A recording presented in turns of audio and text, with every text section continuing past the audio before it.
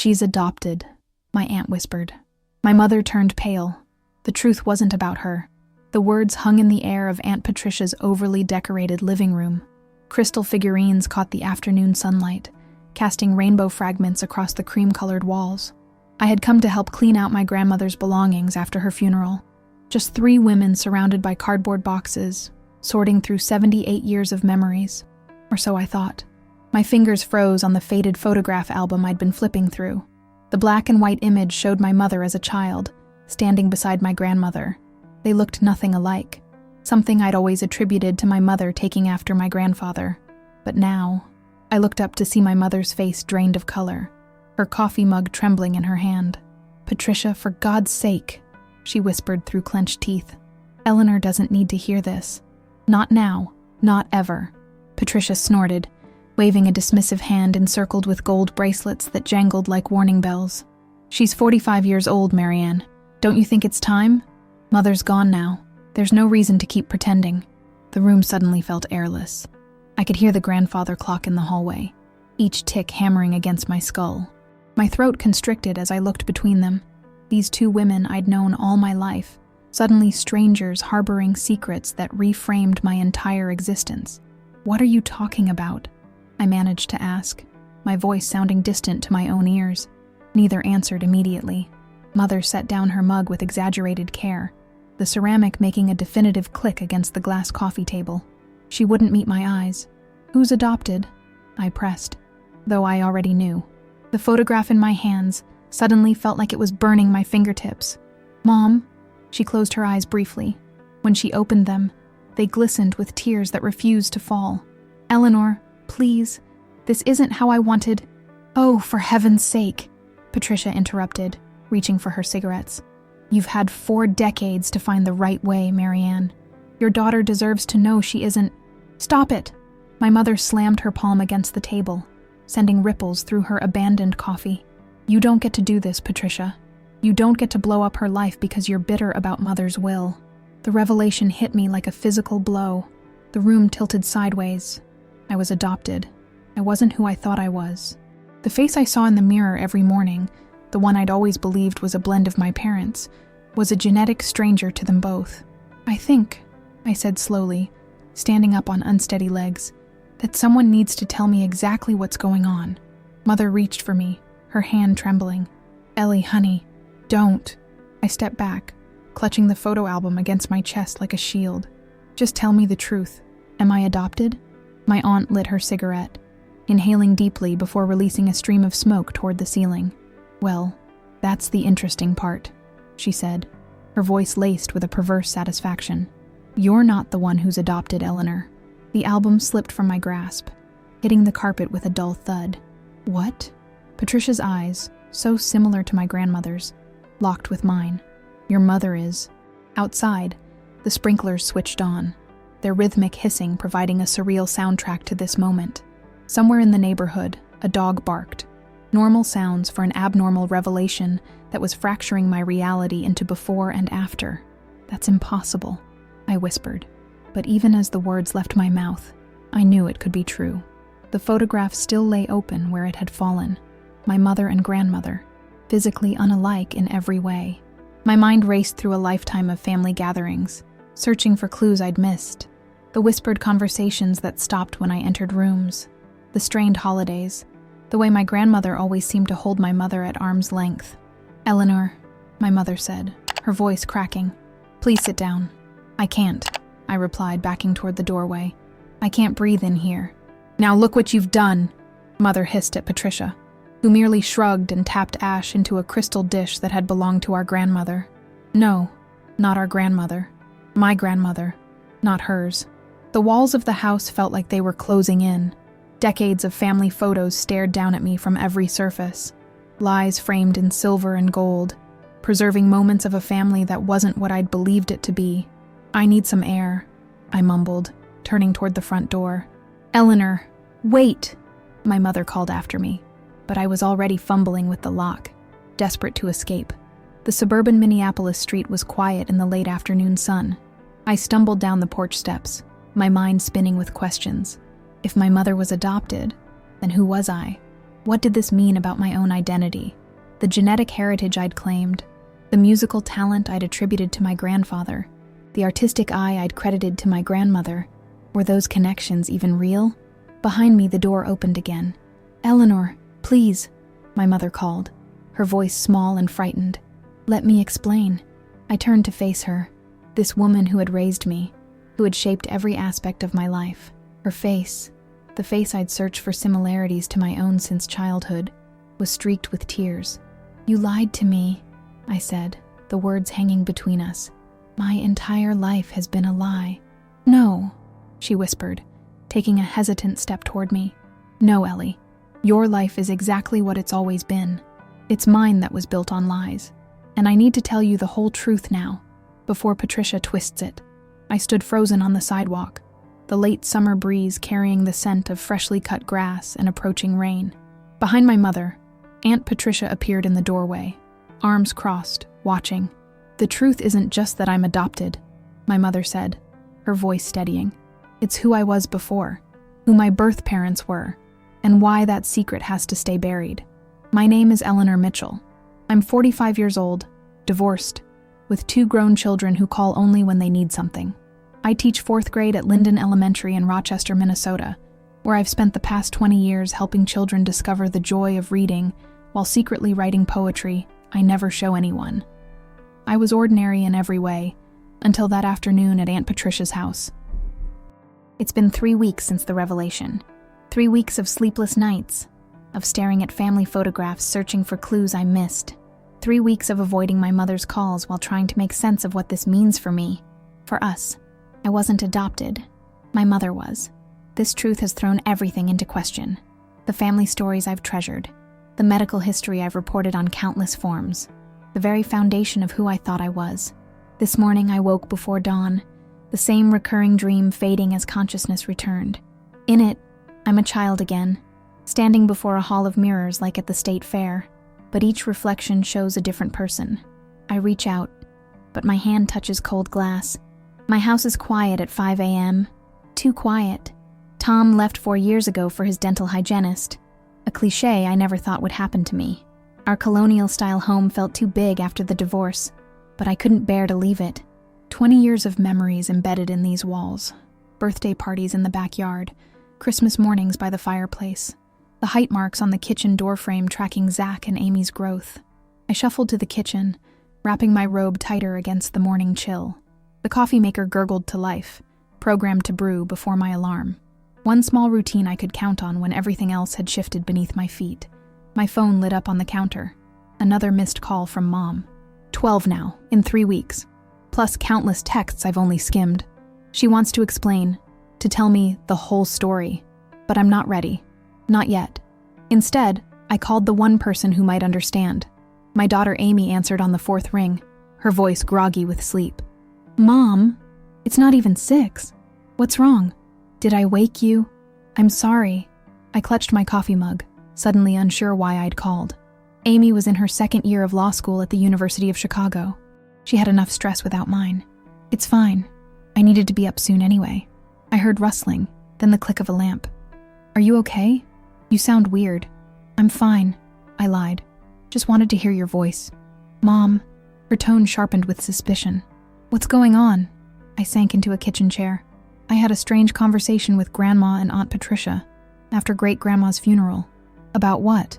The words caught in my throat. "How do you tell your child that the family history you've shared with them isn't what you thought?" "Family stuff," I hedged. "Old secrets." Amy sighed. "Is this about Great-Grandma's will? Because Zach mentioned Aunt Patricia was freaking out about it." "No, it's not that. It's..." I paused, watching dawn creep through the kitchen window. "Amy, did you ever wonder why Grandma and Great-Grandma looked so different?" "Not really." She sounded puzzled. "Genetics are weird sometimes. Look at Zach. He's 6'2" and neither you nor Dad are tall." I closed my eyes. What if I told you Grandma was adopted? Silence stretched between us. Then, "Okay. And?" Her casual response caught me off guard. "And, Amy, this changes everything. Our entire family history." "Mom," she interrupted gently, "it doesn't change anything about us. You're still you. I'm still me. Grandma is still Grandma. But don't you see? All those stories about great-grandpa's musical talent that you supposedly inherited? They're not true. Not biologically, anyway. So what? Amy's pragmatism, a trait she definitely got from her father, cut through my existential crisis. Family isn't just biology, Mom. You taught us that when Jenny Lu was adopted from China, remember? I did remember. Jenny had been in Zach's class, and when some thoughtless child had suggested she wasn't really her parents' daughter, I'd had a long conversation with both my children about how families are made in different ways. That's different, I protested weakly. It's really not. I could picture Amy's expression, the one she'd worn since childhood when explaining something she thought was obvious. Look, I get that it's shocking for you, but from where I sit, nothing important has changed. But she was wrong. Everything had changed. I just couldn't find the words to explain how this revelation had shaken my sense of self. It wasn't just about genetics. It was about deception, about the stories we tell ourselves and others, about identity. After hanging up with Amy, I drove to school in a fog. The autumn leaves were turning, painting Rochester in gold and crimson. I parked in my usual spot, gathered my materials, and walked into Linden Elementary on autopilot. "Morning, Eleanor," called Diane from the front office. "You feeling better?" I forced a smile. I'd called in sick twice in the past 3 weeks, something I'd rarely done in 20 years of teaching. Much better, thanks. My classroom was a sanctuary of order and purpose. 22 desks arranged in groups of 4. Bookshelves lined with dog-eared paperbacks. The morning message already written on the whiteboard. "Good morning, explorers. Today we discover the Amazon rainforest." I went through the motions, greeting students, taking attendance, leading the morning meeting. But part of me remained distant, observing myself from outside as I helped Jaden with his math worksheet and complimented Sophia on her book report. At lunch, I hid in my classroom rather than face the teacher's lounge chatter. I unwrapped my sandwich mechanically, barely tasting it as I scrolled through my phone. 13 missed calls from Mom now.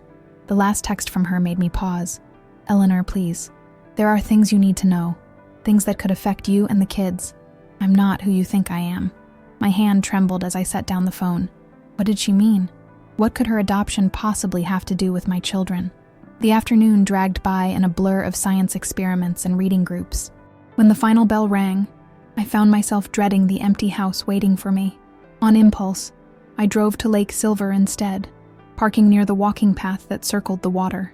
The October air was crisp, carrying the earthy scent of decaying leaves. I pulled my cardigan tighter and began walking, my mind circling back to that moment in Aunt Patricia's living room.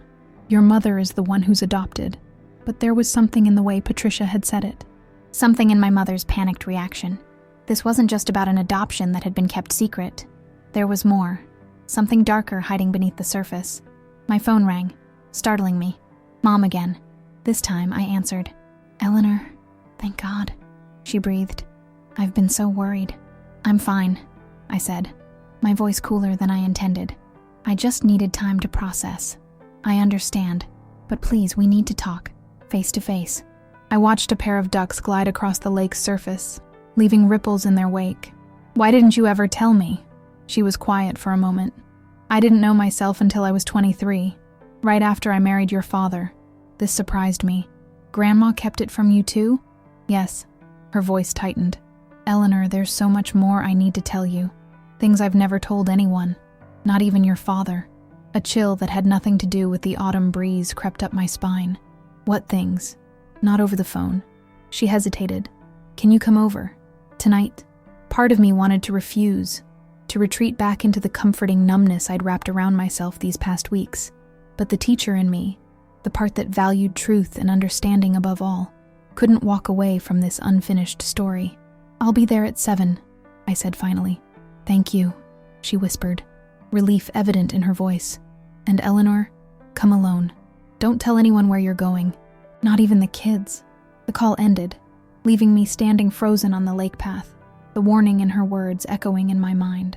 Whatever secret my mother had been keeping all these years, it wasn't just about her origins.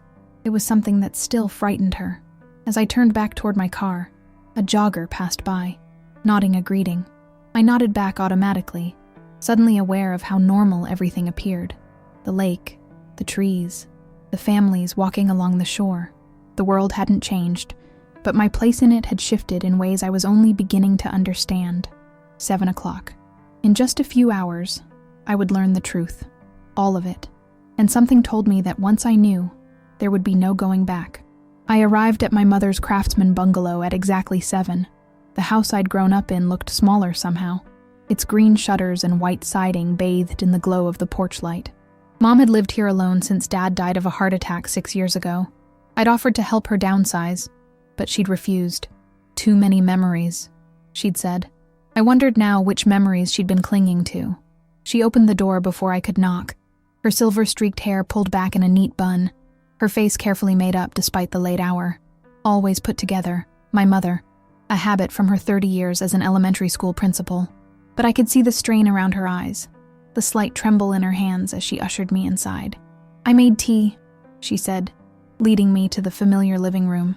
The floral couch where I'd watched Saturday morning cartoons, the stone fireplace where we'd hung stockings every Christmas, the piano where I'd practiced scales until my fingers cramped. We sat across from each other, the coffee table between us like neutral territory. Mom poured tea into delicate cups that had belonged to the woman I'd always known as my grandmother. "Where should I start?" she asked, her voice steady despite the turmoil I could sense beneath. "The beginning," I said. "All of it." She nodded, setting down her cup with a soft clink. My name wasn't always Marianne Mitchell. I was born Sophia Calloway. The name hung in the air between us, unfamiliar, yet somehow carrying the weight of destiny. My earliest memories are of a house in Duluth, a red brick house near the lake. I lived there with my birth parents, Daniel and Ruth Calloway. "What happened to them?" I asked, trying to imagine these strangers who were, by extension, part of me. Mom's gaze dropped to her hands, now clasped tightly in her lap. "They died. At least that's what I was told for many years. I was 4 when Margaret and Howard, your grandparents, adopted me. Why didn't they tell you? Why keep it a secret?" "They thought it was best." Her mouth twisted slightly. "Margaret believed in leaving the past behind, starting fresh. They moved from Duluth to Rochester right after adopting me, changed my name, and never spoke of the Calloways again." I tried to process this information. The pragmatic grandmother I remembered, with her precise speech and careful manners, erasing a child's history as if it were a stain. "But you found out eventually." Mom nodded. "When I was pregnant with you, I developed complications, preeclampsia. The doctor asked about my family's medical history, and I realized I knew nothing about it. When I pressed Margaret, she finally admitted I was adopted, but she refused to tell me anything about my birth family, said it would only bring pain. I leaned forward. "So, how did you learn the rest?" A shadow crossed her face. "After your father and I married, I hired a private investigator. It took months, but he found the records. My adoption wasn't conventional." "What does that mean?" Mom stood suddenly, moving to the built-in bookcase across the room. From behind a row of photo albums, she pulled out a thin folder, yellowed with age. "These are the documents the investigator found. News clippings, court records."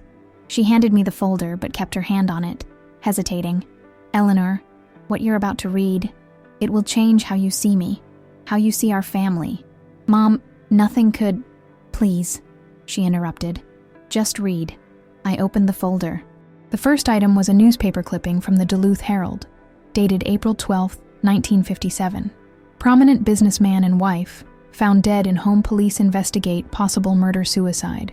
I skimmed the article, my heart pounding. Daniel Calloway, 34, and his wife Ruth, 32, discovered dead in their Lakeshore Drive home. Signs of struggle. 4-year-old daughter found hiding in upstairs closet, physically unharmed. "Your birth parents were murdered?" I looked up in shock. Mom's face was ashen. Keep reading. The next document was a court transcript. Commonwealth versus Margaret Howard. Charges of kidnapping, falsifying records. The words swam before my eyes as I tried to comprehend what I was seeing. "I don't understand," I whispered, looking up at my mother. "This says Grandma was charged with kidnapping you?" Mom reclaimed her seat, her posture rigid. "Margaret wasn't just any woman who adopted an orphan. She was my mother's sister, my aunt." The revelation hit me like a physical blow. "Your aunt? But that would make her your great-aunt, not your grandmother." Mom's hands twisted in her lap. But there's more, Eleanor. Margaret didn't adopt me through proper channels after my parents died. She took me before they died. I struggled to process what she was saying. Took you? You mean, Margaret kidnapped me from my parents' home 3 days before they were killed. Mom's voice was eerily calm, as if she'd rehearsed this moment countless times. The charges were eventually dropped. Lack of evidence. She and Howard claimed my parents had asked them to take me for a week while they sorted out marital problems. No one could prove otherwise. But the article says it was a murder-suicide, that your father killed your mother and then himself. Mom's laugh was bitter. That's what the police concluded. Daniel Calloway, upstanding businessman, church deacon, devoted father, supposedly killed his wife in a jealous rage, then turned the gun on himself. She shook her head. It never made sense. They were happy. I remember that much. My mind raced, trying to fit these new pieces into the family history I thought I knew. If Margaret took you before your parents died, then she might have had something to do with their deaths. Mom finished for me. I've wondered that my entire adult life. Horror crawled up my spine. Did you ever confront her? Once, after I found these documents. Mom gestured to the folder in my lap. She denied everything, claimed the investigator had fabricated the records. When I threatened to go to the police, Mom's voice faltered for the first time. She threatened to take you away from me. What? How could she possibly I was 23, Eleanor, barely making ends meet with your father's teaching salary. Margaret had connections in Rochester. Her brother was a judge. She made it very clear that if I pursued the truth about my parents, I would regret it. She could make it look like I was an unfit mother, suffering from delusions. I sat back, stunned by the depth of manipulation and betrayal. So you kept quiet, all these years, to protect you. Mom's eyes filled with tears. And later, to protect Zach and Amy. I buried the truth, just like Margaret taught me to do. Does Dad know? Did he know? Mom shook her head. I wanted to tell him so many times, but the fewer people who knew, the safer we all were. But Margaret is dead now, I said, trying to understand why the secrecy still mattered. Why are you still afraid? Because of Patricia. Mom's voice hardened. Patricia found out everything years ago. She discovered Margaret's papers after Howard died. She's been holding it over my head ever since. Blackmailing you? I felt sick. In her way, small demands at first. Money for her son's rehab, pressuring me to convince Mother to change her will. Mom's hands curled into fists. But recently, she's become more unstable, more threatening. The scene at her house after the funeral was a warning. Mom stood again, pacing now. Patricia was letting me know that with Margaret gone, she has nothing to lose by exposing everything. She's always resented that Margaret favored me, despite not being her biological daughter. Patricia believes she's owed something. But these are just old secrets, I argued. Tragic, yes, but from decades ago. Why would exposing them now matter so much? Mom stopped pacing, her expression shifting into something I'd never seen before. A mixture of fear and resolve that made her look like a stranger. Because there's more to the story, Eleanor. Something I've never told anyone. Something I found in Margaret's safe deposit box 5 years ago, after I was finally added as a co-signer. She crossed to the antique secretary desk in the corner of the room, unlocking the top drawer with a small key she wore around her neck. From inside, she withdrew a sealed envelope. This contains the real reason Margaret took me. The real reason my parents died. Her hand trembled as she held it out to me. And the reason Patricia still has power over us. As I reached for the envelope, the front door burst open with a crash that sent us both jumping to our feet. Patricia stood in the doorway, her tall frame silhouetted against the night, her expression contorted with rage. I knew it, she spat, striding into the living room. I knew you'd try to turn her against me. Patricia, Mom said, her voice eerily calm as she slipped the envelope into her cardigan pocket. How did you get in? I still have Mother's spare key, Patricia said, her gaze darting between us. Did you really think I wouldn't know what you were planning? That you'd tell your precious daughter your twisted version of the truth? I stepped forward, anger replacing my shock. You broke into my mother's house. Get out before I call the police. Patricia's laugh was harsh. Call them, by all means. I'm sure they'd be very interested in what's in that envelope your mother just hid. She turned to Mom. Did you tell her what you did, Sophia? Or should I say, what you helped Margaret do? Mom went completely still, her face draining of color. "Patricia, please. Not like this." "Then how?" Patricia advanced further into the room. "You've had 40 years to come clean. 40 years of playing the perfect daughter while I was treated like an afterthought. Well, Mother's gone now, and I'm done keeping your secrets." "What is she talking about?" I asked Mom, confusion and dread building inside me. "What secrets?" But Mom's attention was fixed on Patricia, her expression hardening. "This isn't about Eleanor. It's about the will, isn't it? You're still angry that Mother left the lake house to me. This is about justice," Patricia hissed. "About the truth finally coming out." "The truth," Mom repeated, her voice suddenly tired. "You don't know the first thing about the truth, Patricia. I know enough." Patricia turned to me, her eyes gleaming with a disturbing intensity. "Did she tell you she was in the house that night, when her parents died? Did she tell you what she saw?" The room seemed to tilt beneath my feet. "Mom," I whispered, searching her face for denial. But my mother didn't look at me. Her gaze remained locked with Patricia's, decades of unspoken resentment crackling between them. "You have no idea what you're talking about," she said, each word deliberate. "Don't I?" Patricia's mouth curved into a cold smile. "Mother kept very detailed journals, Sophia. Or did you think you found all of them?" I watched my mother's composure crack, just slightly, a tightening around her eyes, a barely perceptible tremble of her lower lip. These tiny tells I recognized from childhood when she was hiding her true feelings. But this was different. This wasn't a mother concealing disappointment over a poor report card or a broken curfew. This was terror. "Get out," Mom said, her voice low and dangerous. "Get out of my house now." "Or what?" Patricia stepped closer. "You'll call the police." "We both know you won't." The tension between them was suffocating. I felt caught in a current pulling me under, struggling to make sense of accusations and secrets that stretched back to before I was born. "Both of you stop," I said, moving between them. "Patricia, whatever grievance you have with my mother, breaking in here and making wild accusations isn't going to solve anything." Patricia's gaze shifted to me, her expression softening with what looked almost like pity. "You've always been so loyal, Eleanor. Just like your mother, loyal to a fault. Leave her out of this," Mom said, stepping forward to stand beside me. "This is between us." "No," I objected. "Whatever this is, it involves me too. It's my family, my history you're arguing about." Patricia laughed, the sound brittle in the quiet room. "Your history? Oh, my dear, you don't know the first thing about your history." She glanced at my mother. "Should I tell her, Sophia?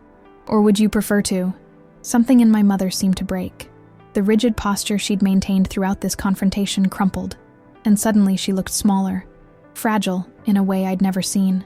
"Patricia," she said, her voice barely audible, "please don't do this." The raw plea in her voice shocked me more than anything that had happened so far. My mother, always controlled, always dignified, was begging. Patricia must have been surprised, too. Her triumphant expression faltered. For a moment, I glimpsed something like remorse cross her face, quickly replaced by determination. "She deserves the truth," Patricia said, more gently than before. "After all these years of lies." Mom took a deep breath, squaring her shoulders. "Yes," she agreed, meeting my eyes at last. "She does, but not your version of it." She gestured to the couch. "Sit down, Eleanor. I need to tell you about the night my parents died." I sank onto the couch, feeling strangely disconnected, as if I were watching a play rather than living a moment that would forever divide my life into before and after. Mom remained standing, her hands clasped tightly before her. "What Patricia is trying to tell you is that I was there that night, in the house in Duluth. She's right about that much." "But the newspaper article," I began, "said I was found hiding in a closet." Mom nodded. "That's true. But what it didn't say was that I'd been there for 3 days, not just the night they died." I frowned, confused. "But you said Margaret took you before." "I said Margaret took me 3 days before my parents died," Mom corrected gently. "I didn't say she kept me. I ran away, back to my parents, back home." Patricia made a small sound of disbelief, but Mom ignored her, her focus entirely on me as she continued. "I need you to understand what my life was like before the Mitchells, Eleanor. before I became Marianne. Mom's eyes grew distant, seeing a past I could only imagine. My father, Daniel Calloway, was respected in Duluth. Successful business, beautiful home, active in the community, but behind closed doors, she swallowed hard. He had a temper, a terrible temper. My earliest memories are of hiding under my bed while he shouted at my mother, of counting the bruises on her arms when she thought I wasn't looking. I felt cold despite the warmth of the room. This wasn't the story I'd expected. My mother, Ruth, was beautiful, Mom continued, her voice softening. So beautiful and gentle. She used to sing me to sleep every night, even when her lip was split or her eye swollen shut. She'd tell me stories about princesses who escaped from towers and built new lives far away. A sad smile touched her lips. I didn't understand then that she was telling me her dreams. Patricia had gone very still, her earlier anger replaced by an intense focus. Margaret, your grandmother, was Ruth's older sister. She knew what was happening.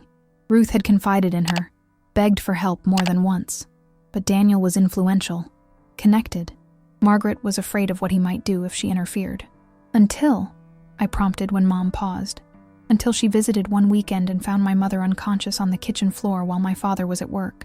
I was hiding in the pantry, too scared to come out. Mom's voice had taken on a detached quality, as if she were reading from a script rather than recounting her own trauma. That was the day Margaret took me away. She and Howard drove me to Rochester that same afternoon. Without telling your father? I asked. Without telling anyone, Mom clarified. It wasn't legal. It wasn't an adoption or even a formal custody arrangement. It was... She hesitated, searching for the word. A rescue, I supplied. She nodded slowly. Yes, that's how Margaret always justified it, as a rescue. But you ran away, Patricia interjected, her voice surprisingly gentle. Back to them. Mom closed her eyes briefly. I was 4 years old, Eleanor. I didn't understand what was happening. One day I was with my parents in the only home I'd ever known, and the next I was with my aunt and uncle in a strange house in a strange city. I was terrified and confused. She took a shaky breath. So, yes, 3 days after Margaret took me, I slipped out while she was napping. Howard found me trying to drag my little suitcase down the street. What happened? I whispered, though part of me didn't want to know. He brought me back to Margaret, of course. But I was hysterical, screaming for my mother, having tantrums that nothing would calm. Mom's gaze turned inward, remembering. They were at their wits' end. Margaret was afraid the neighbors would hear, would ask questions. So Howard decided to drive me back to Duluth, just to show me that my parents were okay, that I hadn't been abandoned. He thought seeing them would help me adjust. And that's when... I couldn't finish the sentence. Mom nodded, her expression haunted. We arrived at the house late. It was dark. Howard told me to stay in the car, but I was so excited to be home that I ran ahead, used the spare key hidden in the garden to let myself in. Her voice faltered. The house was silent, too silent. I called for my mother, but no one answered. I searched room by room, finally going upstairs to my parents' bedroom. She stopped, visibly struggling with the memory. You don't have to, I began, but she shook her head. I do. You need to understand. She straightened her spine. I found them there, both of them. There was so much blood. My father had his gun in his hand. I thought they were sleeping at first, but they wouldn't wake up when I called them. Her voice cracked. I crawled into the closet and stayed there until Howard found me. He was the one who called the police. The horror of what she'd witnessed, what no child should ever see, rendered me speechless. I tried to imagine my mother as a small girl, confronted with such violence, and felt physically ill. The police ruled it a murder-suicide, Mom continued after gathering herself. They believed Daniel had killed Ruth in a rage, then turned the gun on himself when he realized what he'd done. She looked at Patricia. That's the story Margaret told me when I was old enough to ask questions. That's what I believed happened, until I hired that investigator after marrying your father. What did he find? I asked, dreading the answer. Inconsistencies. Questions the police never fully investigated. Like why there were 2 glasses of whiskey on the bedside table when my father never drank. Like the fact that the angle of the bullet wounds made it unlikely my father fired the gun.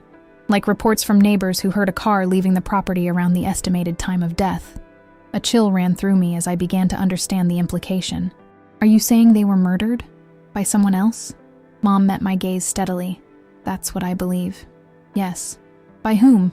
I asked, though I suspected I already knew the answer. That's the question I've been trying to answer for 40 years, Mom said quietly. The question that led me to search Margaret's papers after she died. The question that led me to find this. She withdrew the envelope from her pocket, holding it like it might explode. Patricia lunged forward suddenly, reaching for it.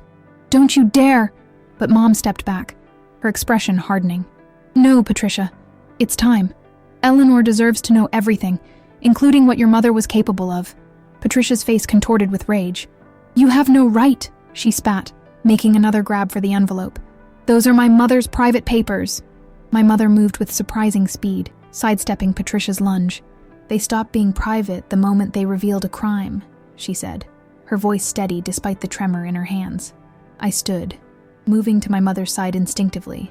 Whatever was in that envelope had Patricia terrified, which meant it was important. What's in there? I asked Mom, keeping a wary eye on Patricia. Before Mom could answer, Patricia gave a bitter laugh. Go ahead, Sophia. Show her. Let's see if your perfect daughter still looks at you the same way afterward. Mom flinched as if struck, but her grip on the envelope remained firm. Eleanor, she said softly, what's in here isn't just about Margaret. It's about all of us. Once you know this, you can't unknow it. I want the truth, I said, with more conviction than I felt. All of it. She nodded once, then carefully opened the envelope and withdrew several yellowed pages, handwritten on what looked like expensive stationery. These are letters, Mom explained, that Margaret wrote to Howard but never sent. I found them in a compartment in her jewelry box after she died, along with this. She pulled out a small key.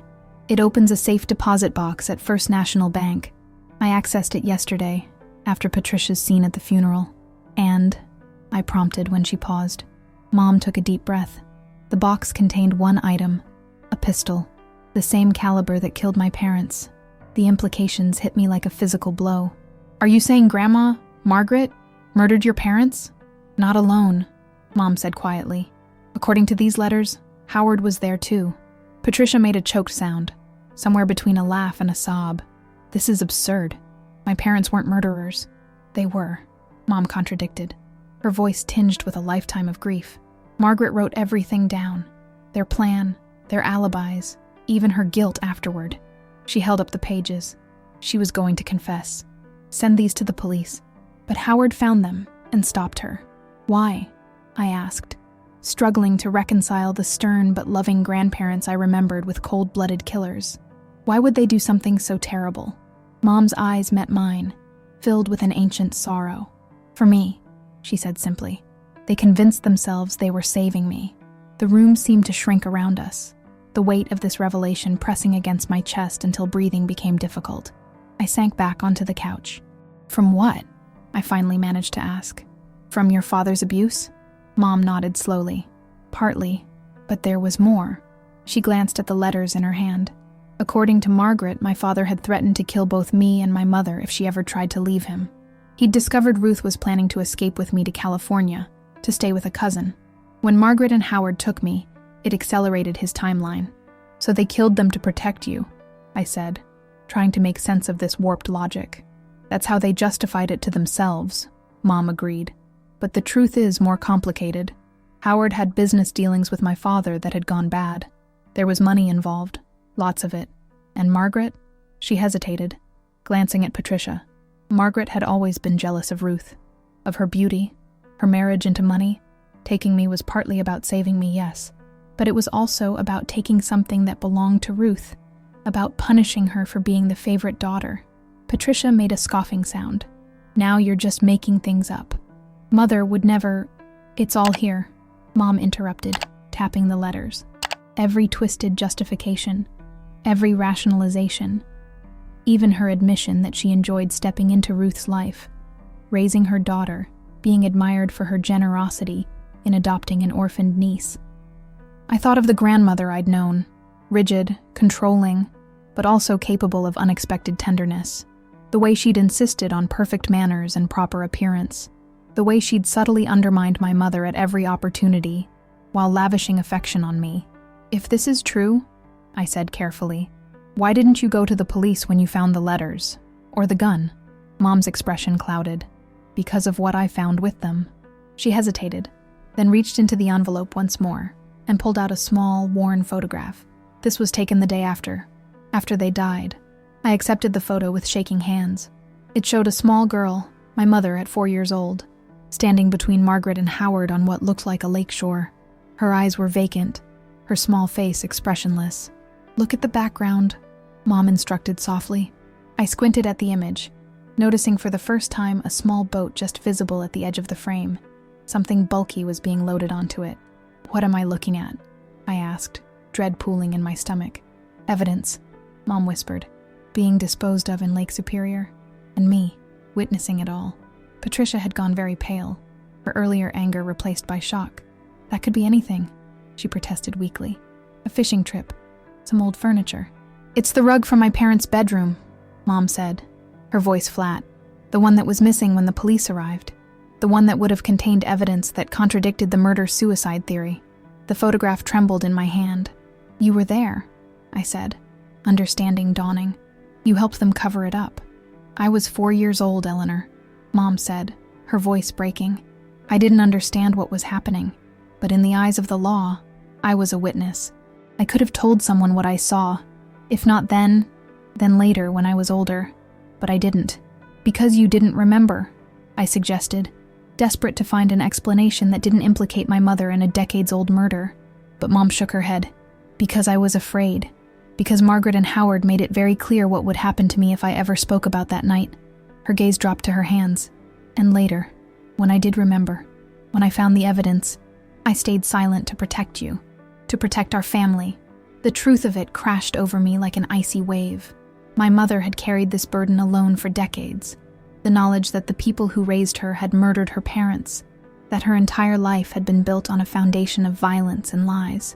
"So that's your great confession," Patricia said, her voice brittle.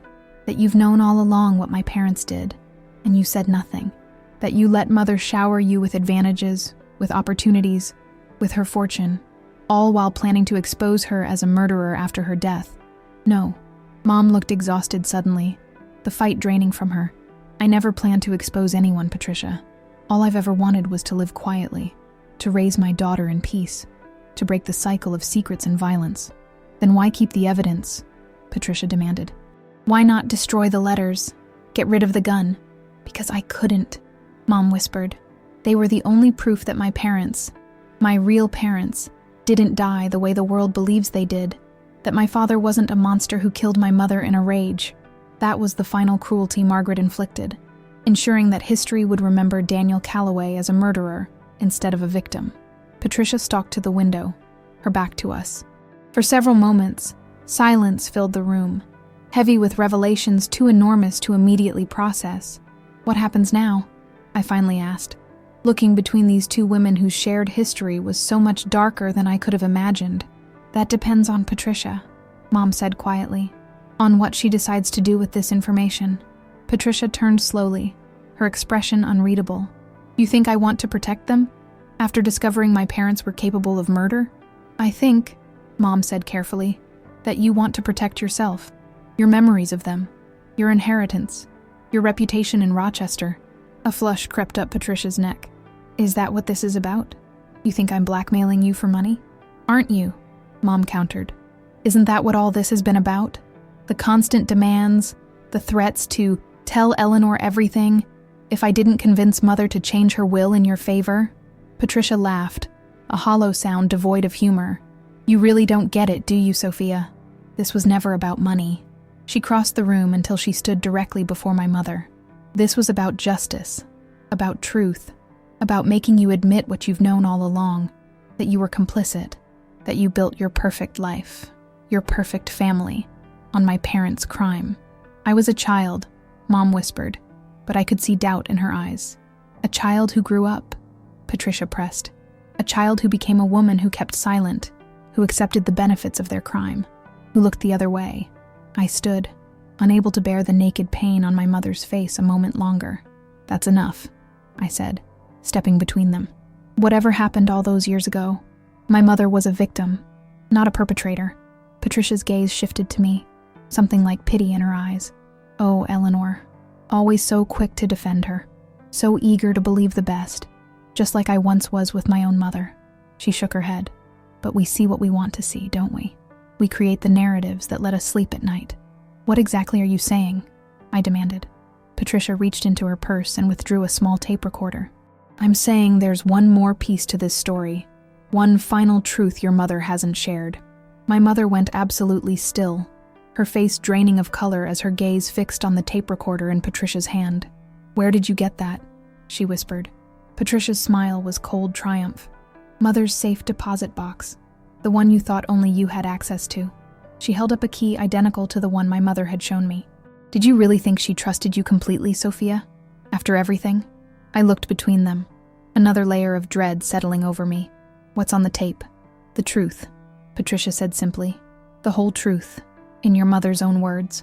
Mom took a step backward, her shoulder blades pressing against the wall as if she were physically trying to retreat from what was about to happen.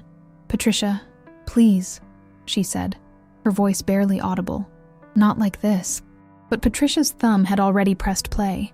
Static filled the room, followed by a younger version of my mother's voice, tight with tension. "I need to know, Margaret. I need to know the truth about that night."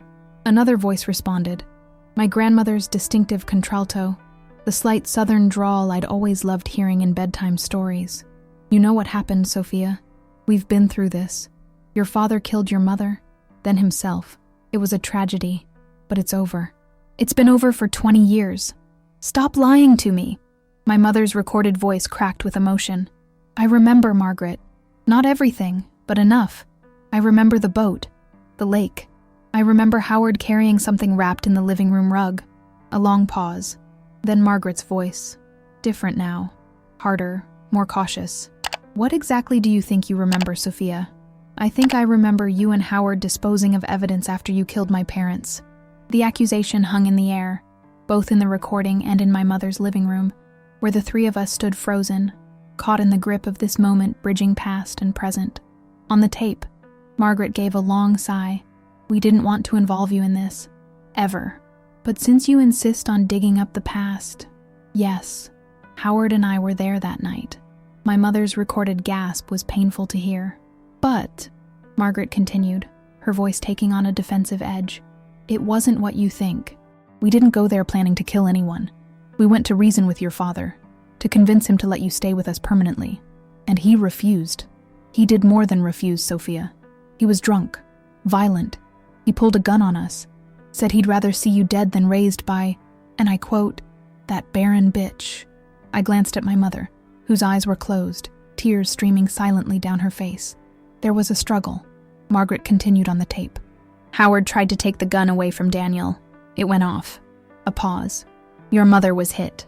You expect me to believe it was an accident?" My mother's recorded voice demanded. "That doesn't explain why you covered it up. Why you staged it to look like a murder-suicide. Because of you." Margaret's voice rose sharply. "Because you were there, in the house. Because you'd seen everything. What do you think would have happened to you if we'd gone to the police? If they'd known you witnessed your mother's death, you would have been taken away, put into foster care or some institution. Is that what you wanted?" "I wanted my parents," my mother whispered, both on the tape and in the room with me. "Your father was a monster," Margaret hissed, "and your mother was too weak to leave him. We saved you, Sophia. Everything we did for you." A long silence on the recording. Then my mother's voice, smaller. "What really happened after the gun went off?" Margaret's sigh was heavy. "Ruth was gone instantly. Daniel became enraged. He attacked Howard, blamed him. There was another struggle. The gun went off again." Another pause. "Howard didn't mean to kill him. It truly was self-defense. But you made it look like he killed her, then himself. It was Howard's idea.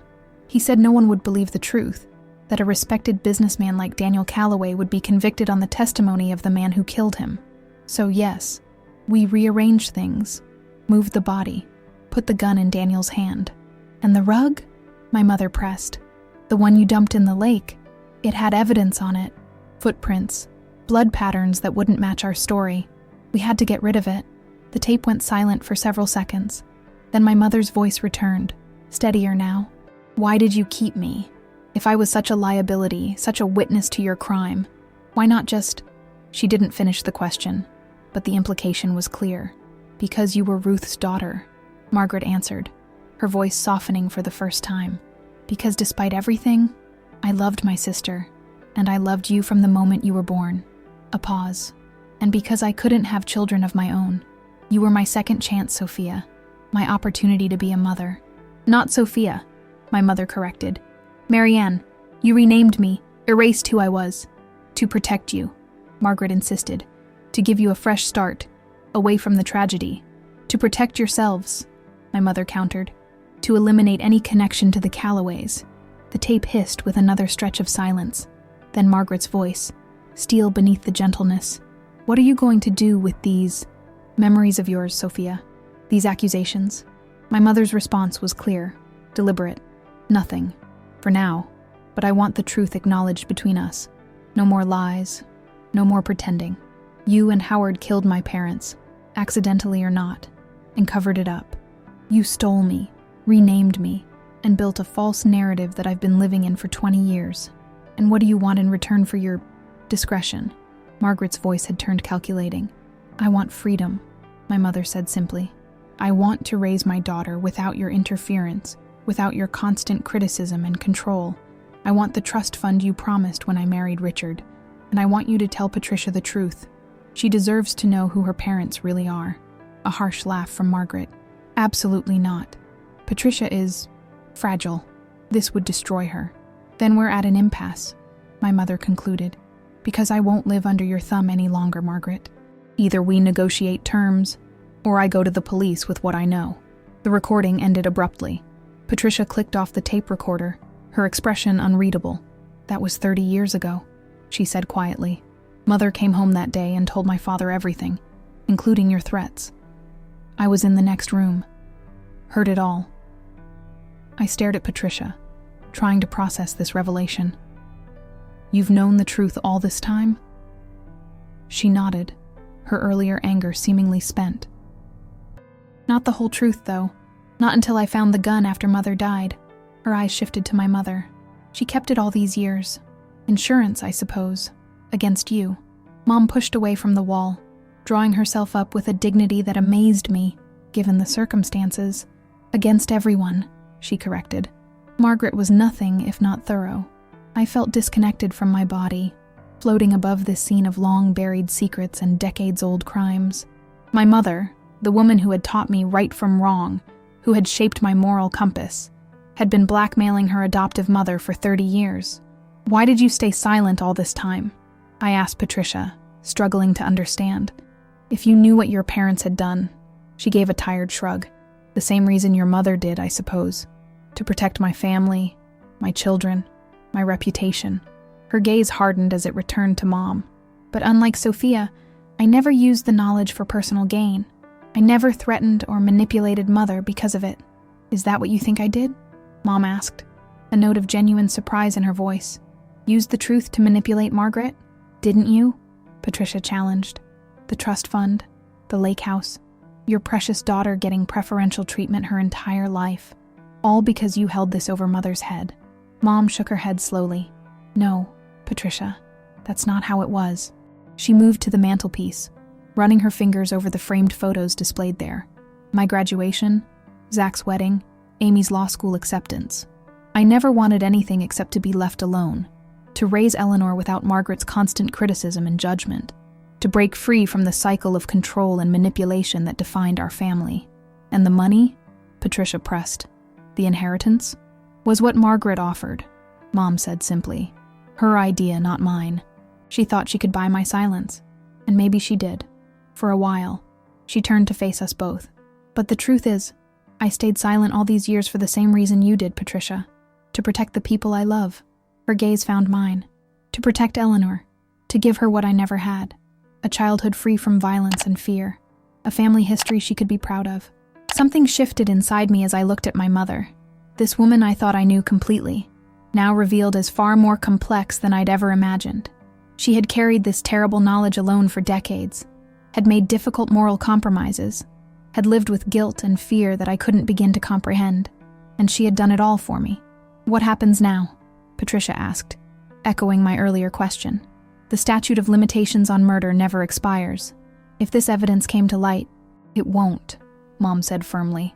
"Not from me." Patricia studied her for a long moment. "Nor from me," she finally agreed. "Whatever their crimes, they were still my parents. I have no desire to see their names dragged through the mud, their memories tarnished." Relief washed over my mother's face. "Thank you," she whispered. But as the immediate tension between them eased, a new awareness was dawning within me. The carefully constructed narrative of my family, the foundation upon which I'd built my own identity, had been irreparably shattered. And in its place was a story far darker, far more complex than I'd ever imagined. After Patricia left, Mom and I sat in silence, the weight of revelations settling around us like dust after an explosion. The familiar living room seemed transformed. Family photos, now documentation of elaborate fictions, heirlooms tainted with the knowledge of their origins. "I'm sorry," Mom finally said, her voice small in the quiet room. "I never wanted you to know any of this." I stared at my hands, trying to reconcile the mother I knew with the woman who had made these impossible choices. "I understand why," I said slowly. "You were protecting me. And myself," she admitted. The truth was too heavy to carry, but too dangerous to set down. She looked up, her eyes searching mine. "Do you hate me? For keeping this from you all these years?" The question pierced through my confusion. "No," I said without hesitation. "I could never hate you, Mom." Relief softened her features, but only briefly. "There's more," she said, reaching again for the envelope. "Something neither Patricia nor Margaret ever knew." My stomach tightened. "More secrets?" "The last one," she promised, withdrawing a yellowed newspaper clipping. "This is why I finally decided to tell you everything, despite the risks." I accepted the fragile paper. It was a small article from the Minneapolis Star-Tribune, dated just 2 months ago. Cold case investigator seeks information on 1957 Duluth deaths. Detective James Harlow, reviewing suspicious murder-suicide. The article briefly described how a veteran detective, now specializing in unsolved cases, had flagged the Calloway deaths for review after finding inconsistencies in the original investigation. "He contacted me last week," Mom explained. "Found me through ancestry records. He's been looking into the case for months. Says the original investigation was sloppy at best, deliberately negligent at worst."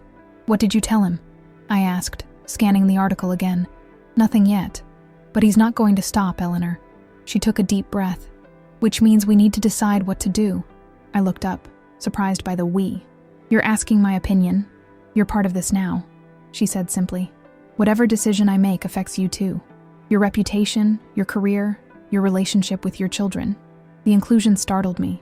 This woman who had shouldered impossible burdens alone for decades was now inviting me to share the weight.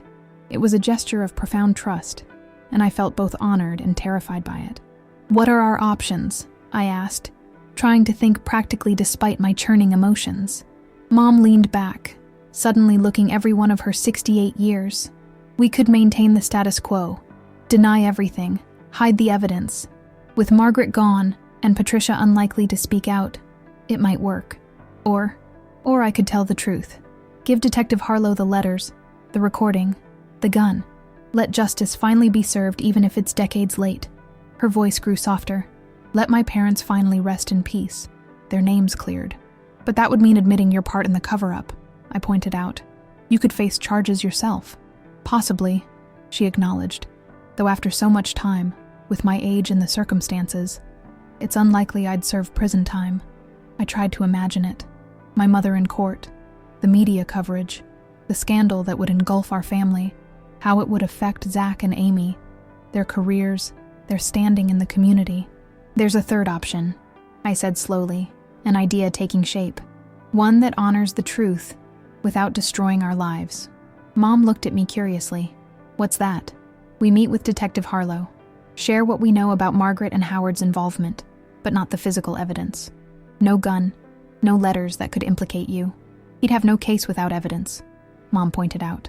"Just the word of an old woman with decades-old memories that could easily be dismissed as confused or fabricated." "Exactly," I said, the plan crystallizing as I spoke.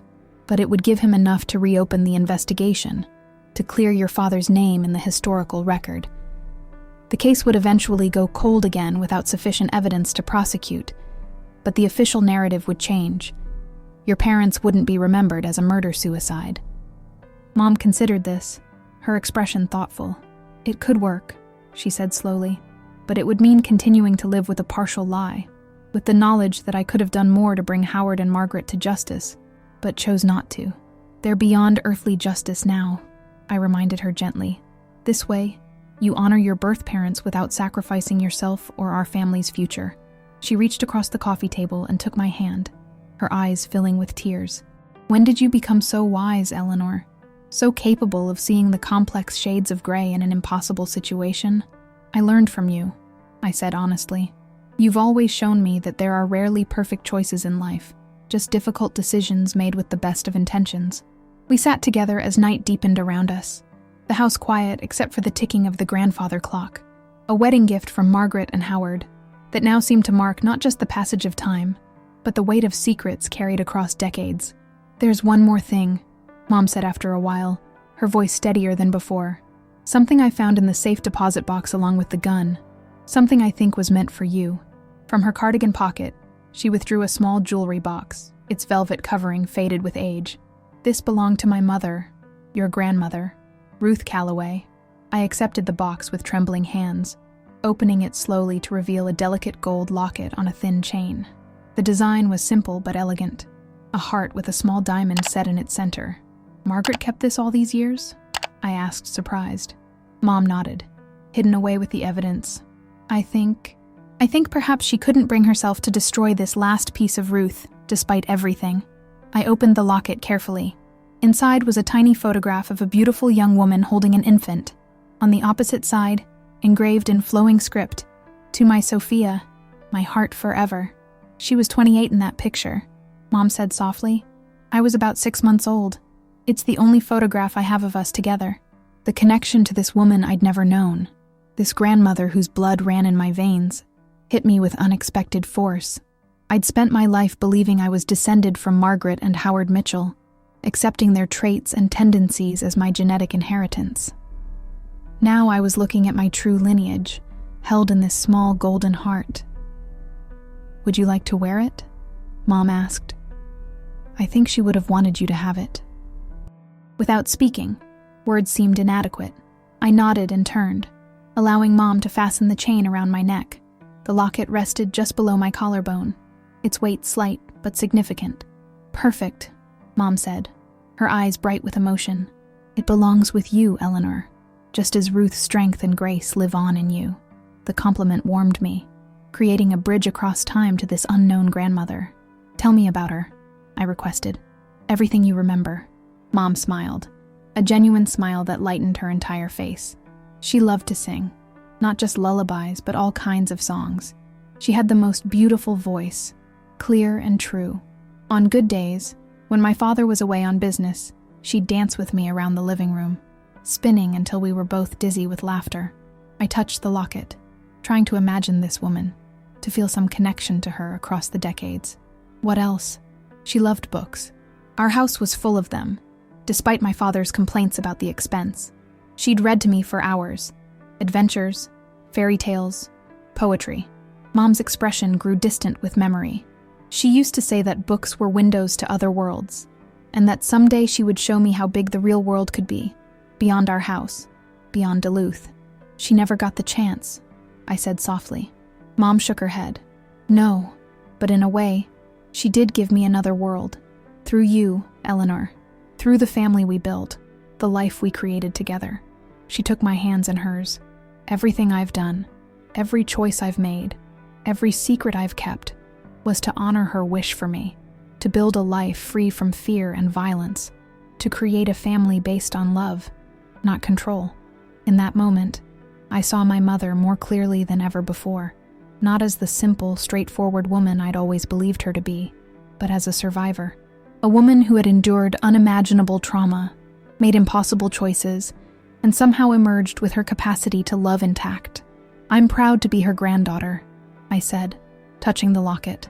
And I'm proud to be your daughter. Something shifted between us. A new understanding. A deeper connection forged through painful truth. For the first time, I was seeing my mother not just as a parent, but as a woman with her own complex history, her own wounds and strengths. "What will you tell Zach and Amy?" she asked, the question that had been hovering unspoken between us. I considered this carefully. The truth, I think. Not all at once, and perhaps not every detail, but they deserve to know their heritage, the people they come from. Mom nodded slowly. Yes, no more generations of secrets. She squeezed my hands. But let me be there when you tell them. Some stories need to be heard directly from the source.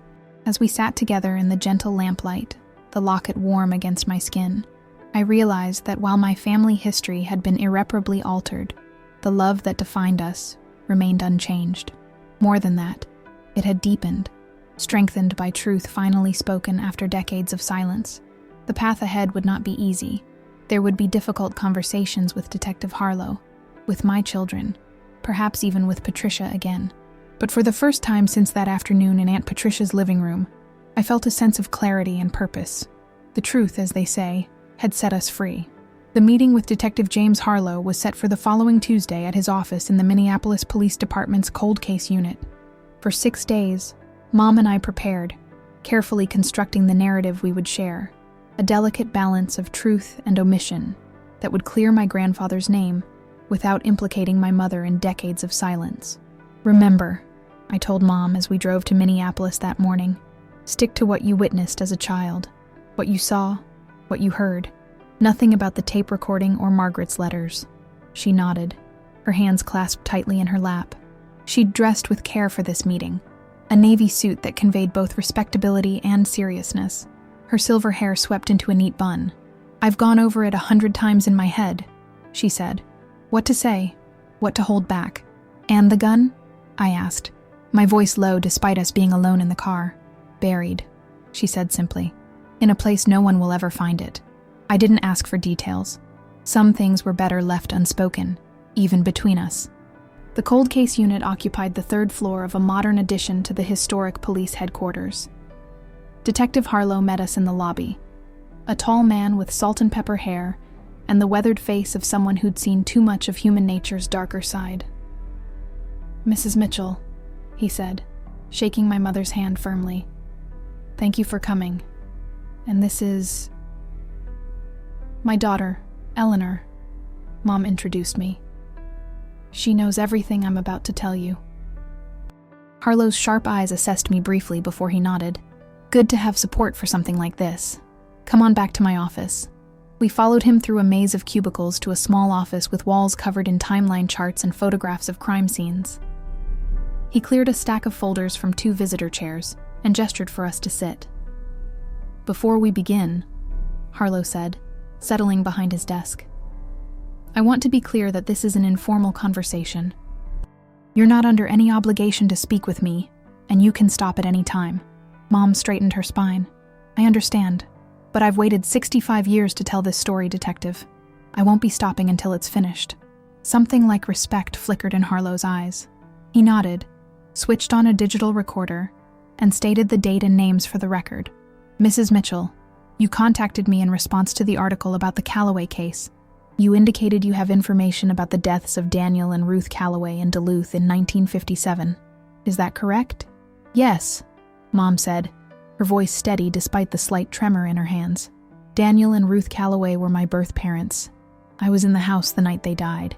Harlow's expression remained professional, but I caught the slight widening of his eyes. This was more than he'd expected. "You were the child mentioned in the police report? The 4-year-old found hiding in the closet?" "Yes." Mom took a deep breath. "But what the police report doesn't say is that I witnessed what happened. I saw who killed my parents." For the next hour, Mom told her story. How Margaret and Howard had taken her from her parents' home.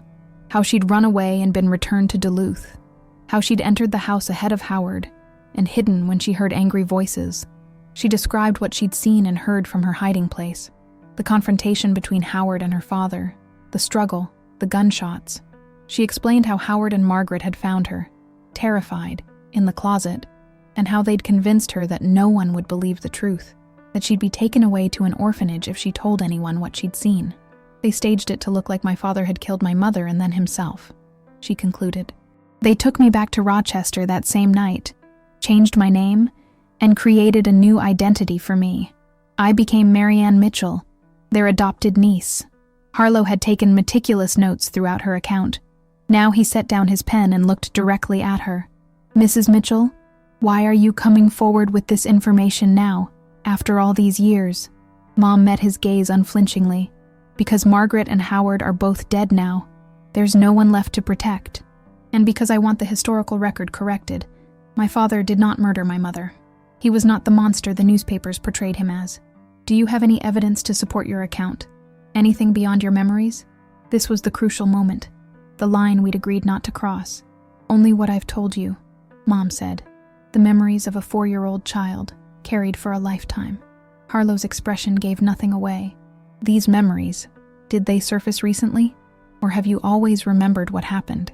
"Bits and pieces came back over time," Mom said truthfully. "Some immediately after it happened, others years later. The human mind protects itself from trauma, detective, especially a child's mind." He nodded, making another note. "And your adoptive parents, the Mitchells, they never spoke of that night? Never confirmed what you remembered?" Mom hesitated, and I tensed. We'd anticipated this question, rehearsed the answer, but it required skating closest to the line of deception. "Margaret, my adoptive mother, denied everything when I confronted her as an adult," Mom said carefully. "She maintained until her death that the official story was true, that my father killed my mother, then himself. This was technically true, though it omitted the later confession captured on the tape recording."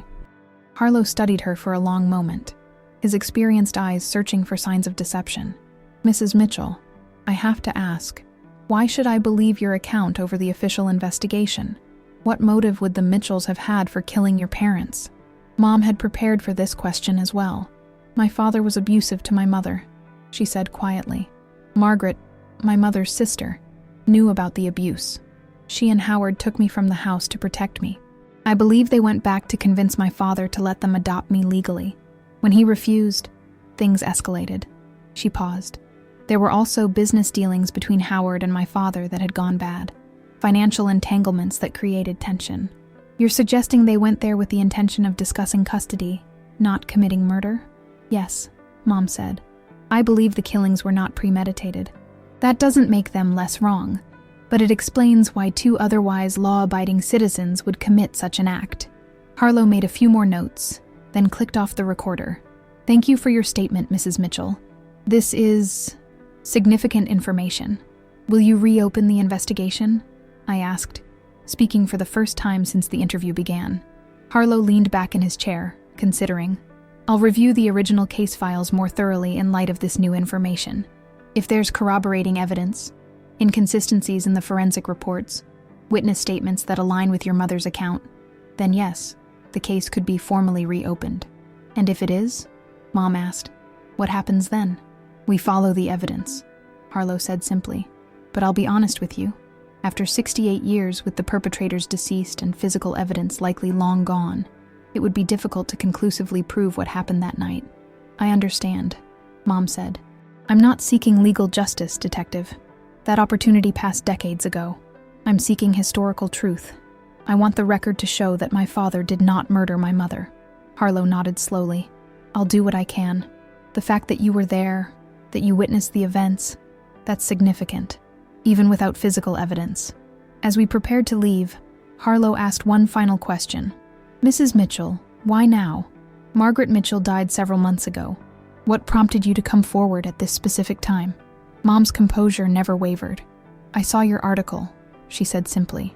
"It felt like a sign that the truth was ready to be told. It was the perfect answer. Simple, plausible, impossible to disprove." Harlow seemed satisfied, shaking her hand with obvious respect as he escorted us out. In the car afterward, the tension that had held Mom upright throughout the interview finally released. She sagged against the passenger seat, suddenly looking every one of her 68 years. "You were magnificent," I told her, reaching over to squeeze her hand. "Absolutely magnificent." She gave me a tired smile. "I told the truth, Eleanor. Most of it, anyway. The important parts," I agreed, starting the car. "The parts that honor your parents without destroying our family." We drove in silence for several miles, each processing what had just occurred. Finally, Mom spoke again. "What do you think will happen now?" I considered this. "Best case scenario?" Harlow finds inconsistencies in the original investigation that support your account. The case is reopened, the findings revised. Daniel Calloway's name is cleared in the historical record. And worst case? Nothing changes officially, I said honestly. But you've told your truth, Mom. After all these years, you've honored your parents' memory. That means something, regardless of what the police department concludes. She nodded slowly, her hand drifting to her throat where Ruth's locket now rested. She'd wanted to wear it for this moment, to carry a piece of her mother with her, as she finally spoke the truth about that night. There's something else we need to do, she said, as we approached Rochester. Something I should have done years ago. What's that? Visit their graves, Mom said quietly. Daniel and Ruth are buried in Duluth. I haven't been back since it happened. I glanced at her, surprised. You want to go now? Not today, but soon. She turned to look out the window, her reflection ghostly against the passing landscape. I think it's time I introduced my daughter to her grandparents properly. The simple statement carried such emotional weight that I felt tears spring to my eyes. This was the final piece of our journey, not just exposing the truth to Detective Harlow, but acknowledging it within our family, honoring the connections that had been violently severed decades before I was born. I'd like that, I said softly. As we drove home through the Minnesota countryside, golden with autumn, I felt a sense of rightness settle over me. We had found a path forward that honored truth without sacrificing our future. We had begun the process of reclaiming our family history, of integrating the painful past into our understanding of who we were. And most importantly, we had done it together, mother and daughter, united by blood and by choice, by secrets revealed and burdens shared. The road ahead would still hold challenges, telling Zach and Amy, dealing with Patricia, whose own grief and anger made her unpredictable, awaiting Harlow's decision about the case. But for the first time since that afternoon in Patricia's living room, I felt hope rather than dread when I thought about the future. The truth, once spoken, could no longer control us from the shadows. We had stepped into the light, carrying our complicated history with us, neither denying it nor being defined by it.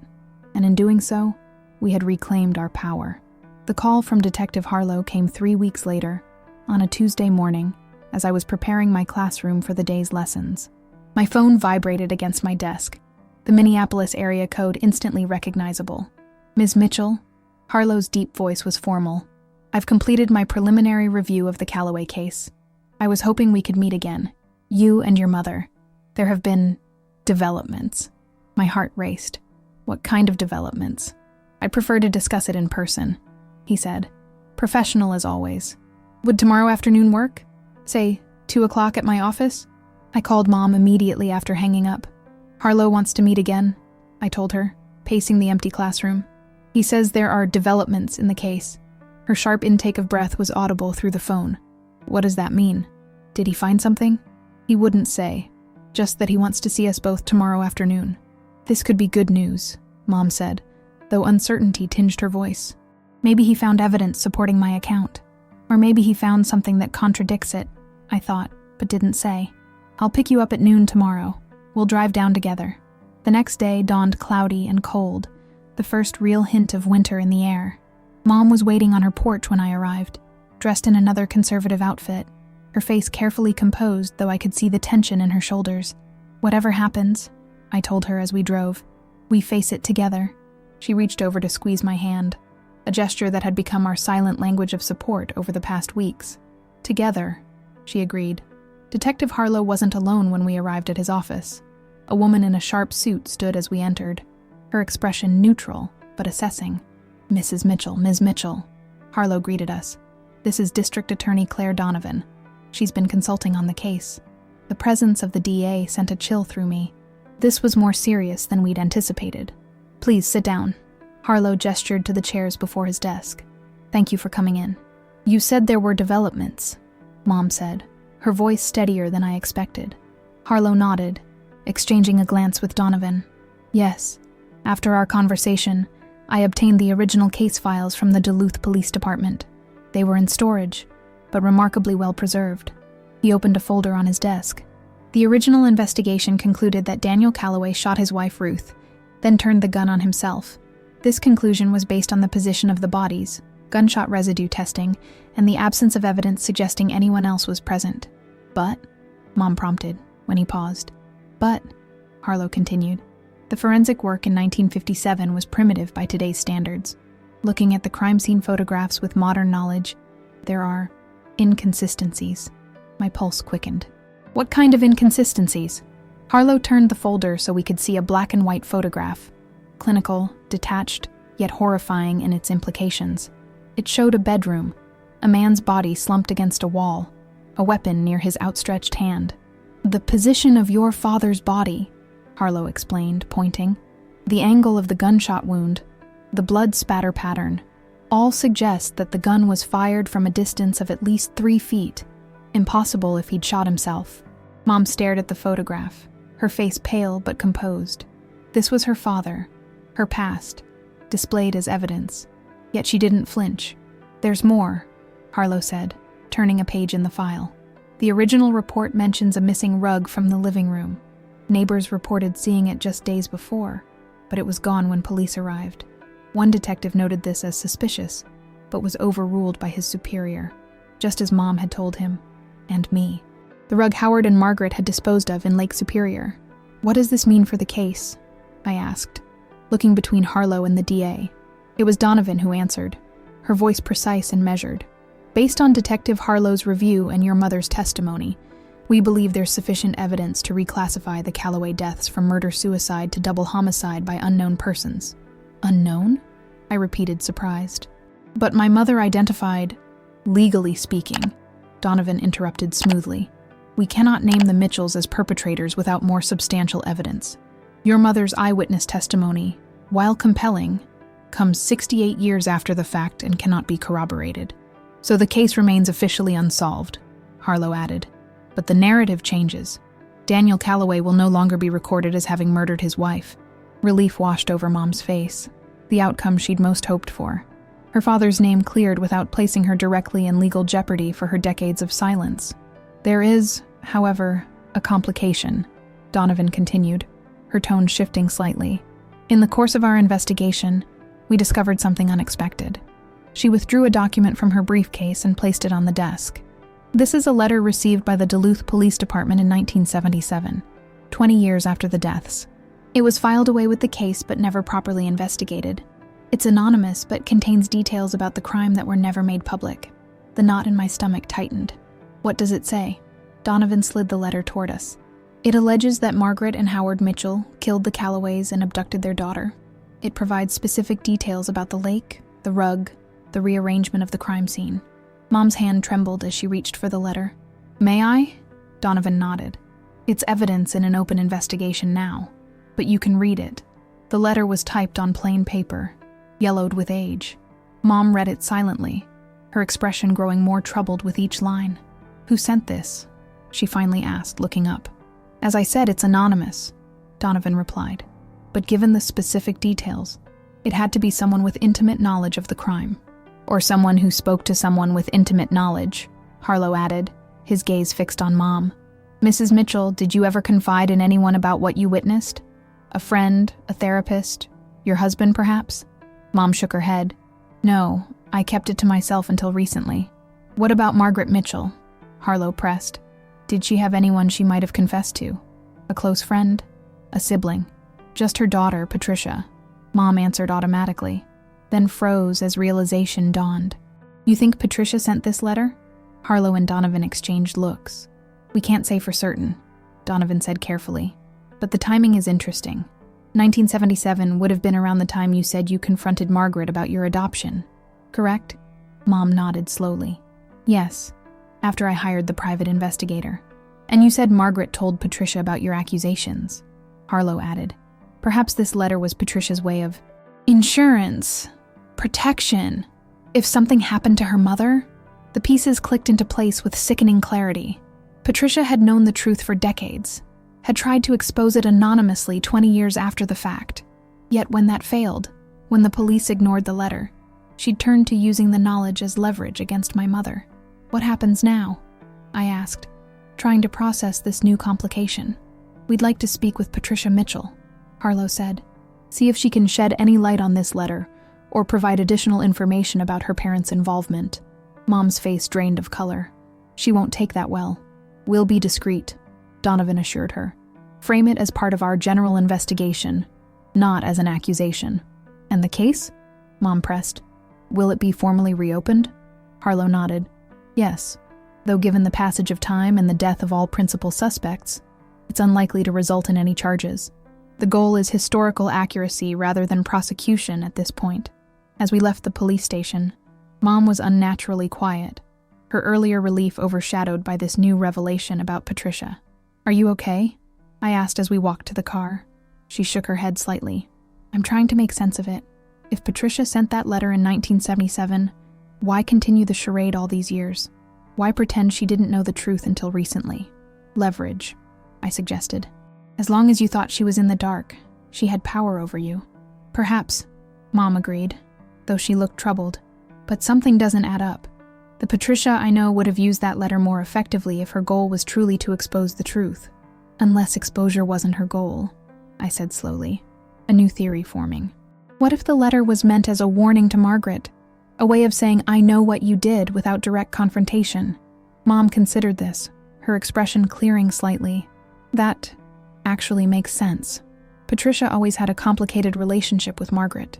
Love mixed with resentment, loyalty with rebellion. She sighed. I wonder what she'll tell Harlow. We found out sooner than expected. That evening, as we sat in my kitchen discussing how to approach Zach and Amy with the latest developments, my doorbell rang. Patricia stood on my porch, her tall figure silhouetted against the streetlights, her expression a storm of emotions. I got a call from a Detective Harlow today, she said without preamble when I opened the door, asking questions about my parents and a letter sent to the Duluth police in 1977. I stepped back, gesturing for her to enter. Mom's here, I said simply. Patricia strode into my kitchen, stopping short when she saw my mother seated at the table, Ruth's locket visible at her throat. What have you done, Sophia? Patricia demanded, her voice sharp with accusation. After all these years, you've gone to the police. Mom met her gaze steadily. I told them the truth about that night. What I saw, what your parents did to mine, and conveniently left out your own part in the cover-up. Patricia shot back. I told them what I knew as a 4-year-old child, Mom corrected. The rest wasn't relevant to clearing my father's name. Patricia laughed, a harsh sound in the quiet kitchen. Of course, always the innocent victim, never the accomplice. She turned to me. Did she tell you she's the one who sent that letter in 1977? That she tried to throw my parents to the wolves the moment she thought she was safe? The accusation hung in the air, unexpected and jarring. Mom stared at Patricia in genuine shock. What are you talking about? I never sent any letter. Don't lie to me. Patricia's composure cracked, decades of buried emotions surfacing. Mother showed me the letter after she received a copy. She knew it was from you, the details, the timing. She knew you were trying to destroy her. Patricia, Mom said slowly, realization dawning. I never sent that letter. If Margaret received a copy, she must have sent it herself. Patricia went still, confusion crossing her face. That's absurd. Why would she implicate herself? Because she was tired of carrying the guilt, Mom suggested quietly. Because she wanted the truth known, but couldn't bring herself to confess directly. So she created an anonymous confession, sent it to the police, sent a copy to herself, and blamed you when she showed it to me, Patricia finished, her certainty wavering, to turn me against you. The three of us stood in my kitchen, the weight of this new revelation settling around us. Margaret, the woman who had orchestrated a murder cover-up, kidnapped her niece, and maintained a lifetime of deception, had created one final manipulation, pitting her daughter against her adopted daughter in a twisted game that continued even from beyond the grave. She played us both, Mom said softly. All these years. Patricia sank into a kitchen chair, the fight draining from her. Why? What purpose did it serve? Control, I suggested, the pattern suddenly clear. As long as you two were at odds, she maintained her power over both of you. Patricia looked up at my mother, seeing her perhaps for the first time not as a rival, but as a fellow victim of Margaret's manipulations.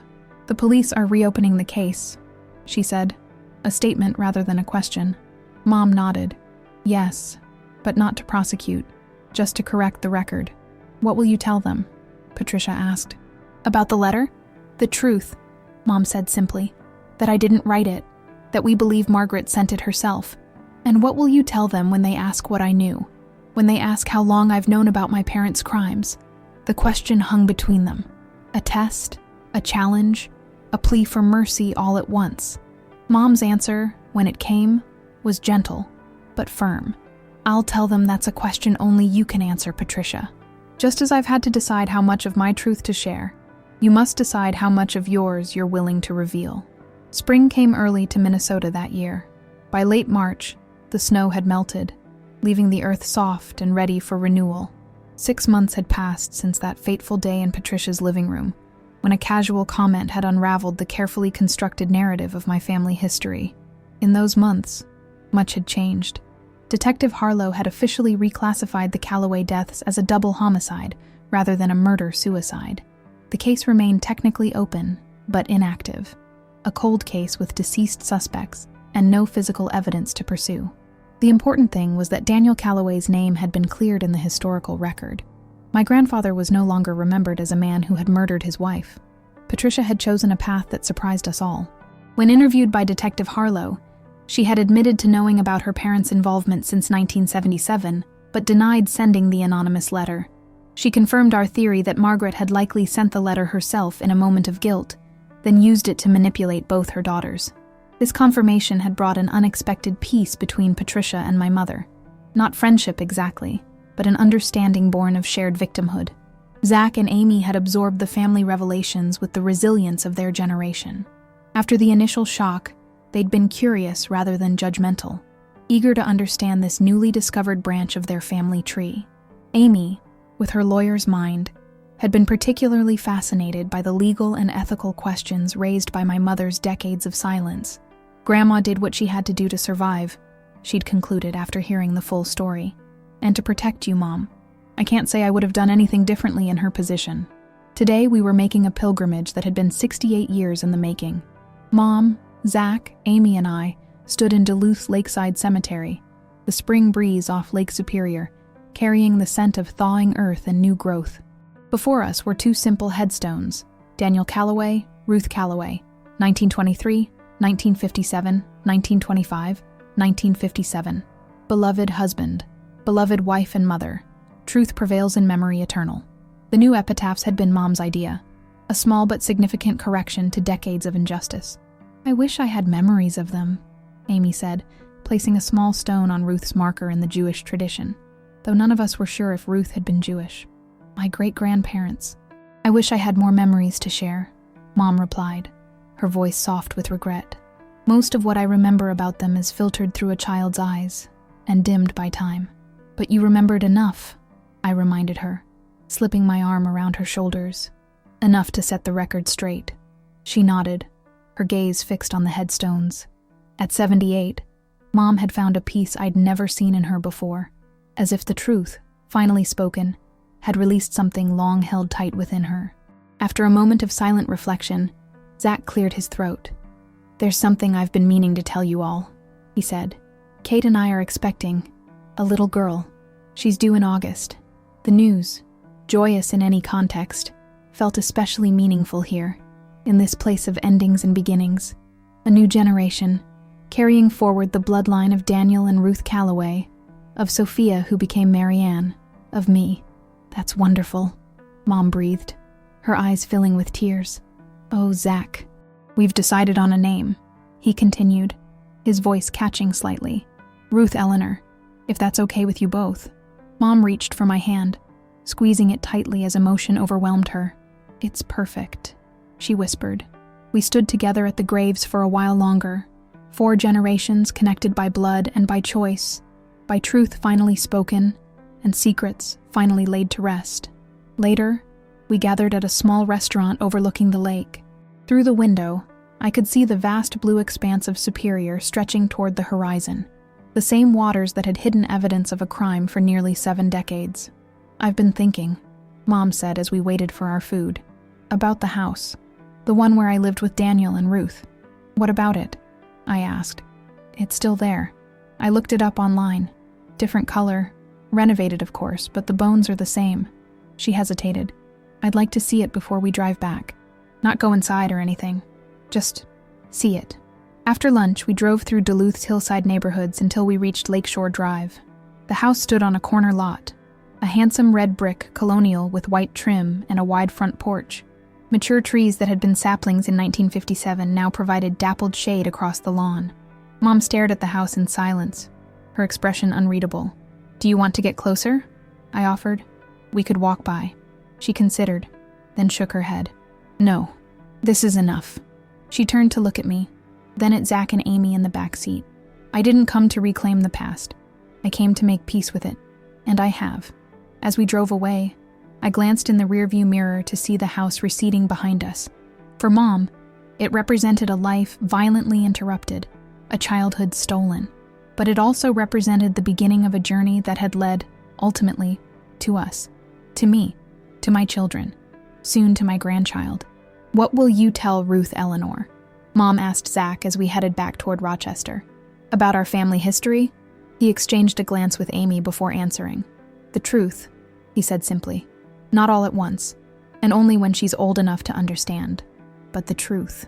Mom nodded, satisfied. "No more family secrets," she murmured. "No more lies wrapped in protection." That evening, after Zach and Amy had returned to their own homes, Mom and I sat on my back porch, watching the sunset paint the sky in shades of gold and pink. The locket that had belonged to Ruth Calloway gleamed at my mother's throat. She'd taken to wearing it every day since our visit to Duluth. "I never thought I'd feel this lightness," she confessed, her fingers absently tracing the heart-shaped pendant. "All these years, I carried the weight of what happened. What I knew, what I didn't say. I thought telling the truth would make it heavier somehow. Instead, it set you free," I said. She smiled, the expression transforming her face, erasing decades of carefully maintained control. "Not just me," she said, reaching for my hand.